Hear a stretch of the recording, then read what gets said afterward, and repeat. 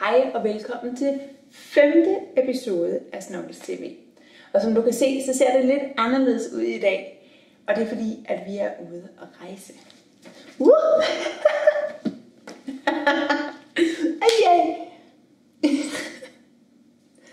Snuggles, du kaster papirsflyver rundt.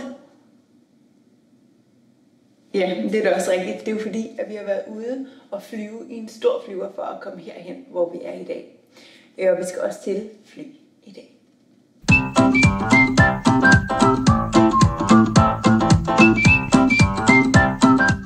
Men Snuggles, det er nogle flotte papirsfly, du har fået. Du har fået dem til at flyve rundt af sig selv, eller hvad? Han har fået sådan en lille maskine, der kaster dem ud. Det var altså meget smart. Men det er rigtigt, vi er nemlig ude. Jeg lægger den heroppe. Vi er nemlig ude at rejse, og du kan se, at Snuggles, han rejser i den her taske. Og så har han sin kuffert med her. Over en stor kuffert, hvor han har alt sit tøj og alle sine ting med. Fordi vi har nemlig været ude at flyve. Vi er i Australien, i Sydney i Australien. Og det er faktisk, når man bor i Danmark, er det på den anden side af verden. Og for at komme derhen, det er en ret lang tur. Skal vi lige se, hvordan man egentlig flyver hele vejen til Sydney. Se en gang. Her der er et kort over hele verden, og vi bor i Danmark, og det er der, hvor guldglimmeret er lige nu. Kan du se det? Kommer igen nu med et dansk flag. Så det er altså Danmark, og vi skulle flyve fra København til Australien, til Sydney, Australien. Det er altså der, hvor guldglimmeret er nu, nede ved kænguruens hale. For Australien bor der en masse kænguruer. Så vi skulle flyve fra Danmark til Sydney, Australien. Og hvordan flyver man så hele den lange tur der? Det gør man altså ikke på én gang. Først så flyver man i en flyver, så stopper man et sted, og så flyver man videre derfra. Der hvor vi skulle stoppe, det hedder Dubai. Og i Dubai, der er en masse kameler og dromedarer. Så vi får først fra Danmark til Dubai. Og det ser nogenlunde sådan her ud. Så fløj vi den her tur hele vejen ned til Dubai. Og så landede vi i Dubai og ventede et lille stykke tid, og så skulle vi ind i en ny flyver. Og så fløj vi fra Dubai og hele vejen ned til Sydney, Australien. Og det var altså en rigtig lang tur, den her tur. Vi fløj hele vejen ned til kænguruen og Sydney i Australien. Og så landede vi der. Så det var fra Danmark til Dubai, fra Dubai til Sydney. Det var altså en rigtig lang tur, vi fløj. Det tog et helt døgn, altså 24 timer, og vi har selvfølgelig pakket vores kufferter og pas og billetter. Så det var faktisk en ret lang tur, vi har fløjet hele vejen fra København til Dubai og fra Dubai til Sydney i Australien, nede ved kænguruerne. Og der er kænguruer hernede. Nogle andre ting, der også er her, som der er meget specifikt for Sydney. Dem kan vi faktisk se herude i vinduet. Det er et operahus, og det er en stor bro. Harbour Bridge hedder den. Så lad os lige zoome ind og se på det. Se en gang. Her har vi altså vores flotte udsigt over Sydney. Og I kan se, at der er en masse huse og høje huse. Men hvis vi lige zoomer lidt ind, så kan vi altså se operahuset her, den hvide bygning her. Og det er jo altså et operahus, der er tegnet af en dansk mand, der hedder Jørgen Utzon. Og bag ved den, der kan du se, at der er en stor bro, og det er altså Harbour Bridge. Det er en bro, der har stået der i mange, mange år, før alle de høje huse kom til. Se lige engang, hvor flot det altså er. Så det er nogle ret smukke ting, der er hernede. Og vi er så heldige, at vi har det lige bag os i udsigt. Og i dag, selvom vi er nede at rejse, så kan vi jo stadig lave matematik. Og i dag, der skal vi nå 2 ting. Først, så skal vi ud og se.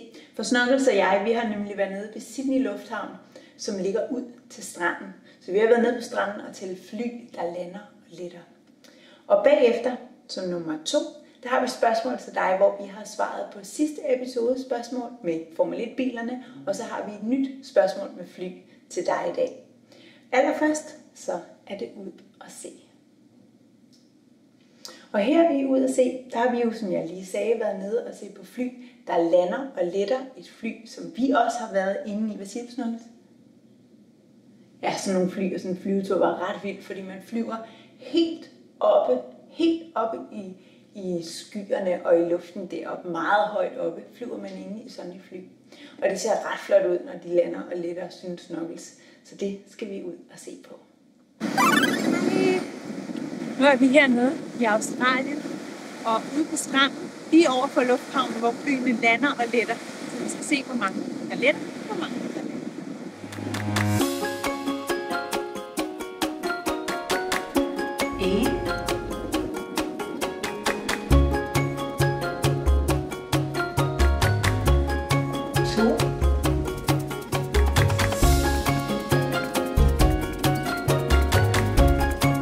3.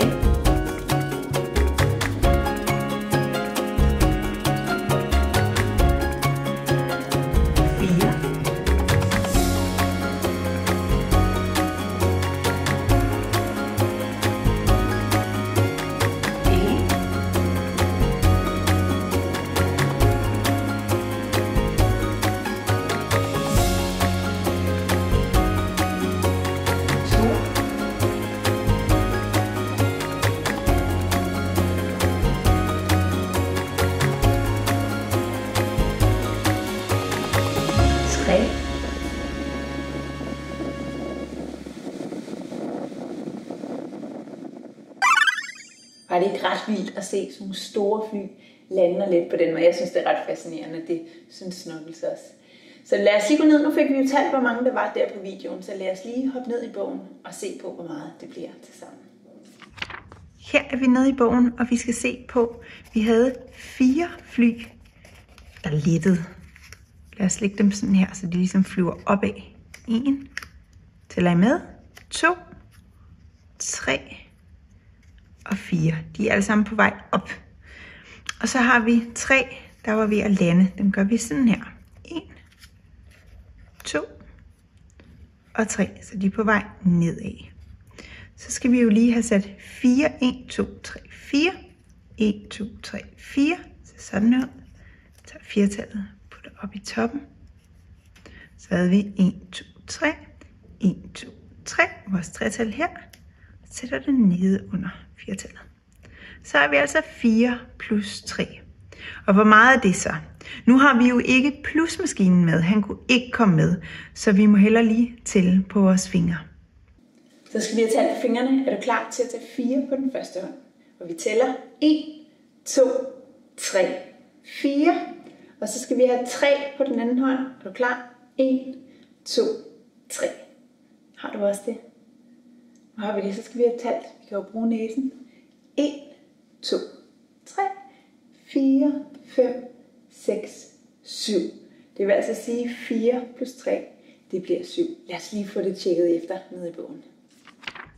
Ja, så fandt vi ud af, at det var 7. Og lad os lige dobbelt til. Er du klar? 1, 2, 3, 4, 5, 6, 7. Det er helt rigtigt. Så vi skal have vores 7-tal. Det bliver stået her. 1, 2, 3, 4, 5, 6, 7. Det er her. Så tager vi vores 7-tal af. Og sætter det her nede.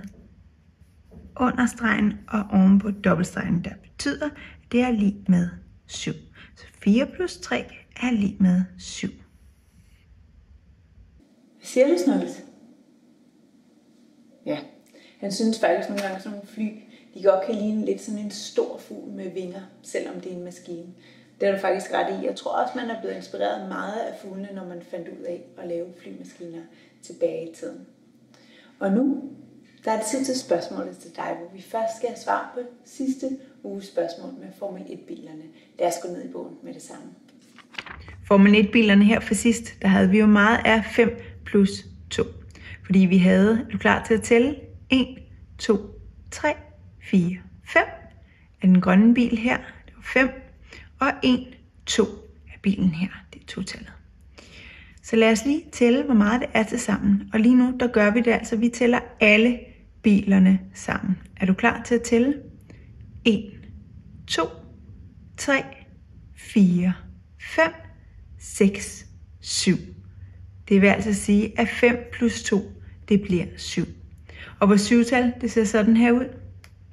Og det sætter vi nede under stregen og oven på de 2 streger, der betyder, at det er lig med 7. Så 5 plus 2, det bliver 7. Det er jo faktisk ret sjovt, at både Formel 1-bilerne for sidst, som der var 5 plus 2, det bliver 7. Og flyene, som vi talte i dag, der landede og lettede, det var altså 4 plus 3. Det bliver også 7. Det synes jeg altså er ret smart. Synes du ikke, Snakkes? Jo, at nogle forskellige tal faktisk skal blive det samme tal. Det er lidt sjovt.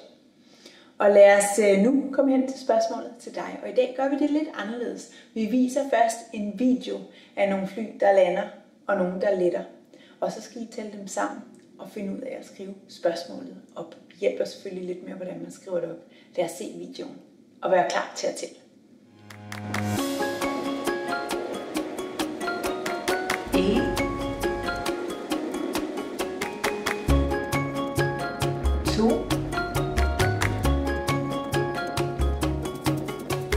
3,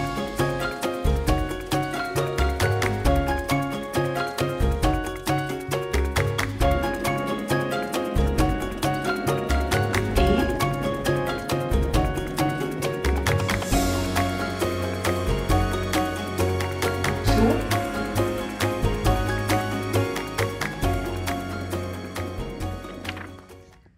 så vi talte, at der var 3 fly, der lettede på vej op i luften. 1, 2, 3. Vores tretal 1, 2, 3 ser sådan her ud. Vi sætter det øverst. Og så talte vi, at der var 2, der var ved at lande. 1, 2. De er altså på vej ned på jorden igen, oppe fra luften. Og 1, 2, 1, 2 ser sådan her ud. Det er vi ved at være gode venner med, de her totaller. Så har vi altså, hvor meget bliver 3 plus 2. Så kan du bruge fingrene, hvor du tager 3 på den ene hånd, 2 på den anden hånd og tæller den sammen. Eller du kan tælle dem her. 1, 2, 3 og hvad bliver det? Og så skal du skrive det tal, som 3 plus 2, det bliver hernede over de 2 streger. Og så glæder jeg mig til at se, om du har fået det rigtigt i næste episode. Og det er altså spørgsmålet til dig til næste episode. Og vi er stadigvæk hernede i Australien, og vi skal ud og se på en masse spændende ting, blandt andet nogle dyr. Så det glæder vi os rigtig meget til at skulle vise jer alt det, vi ser hernede på den anden side af jorden. Vi ses i næste episode.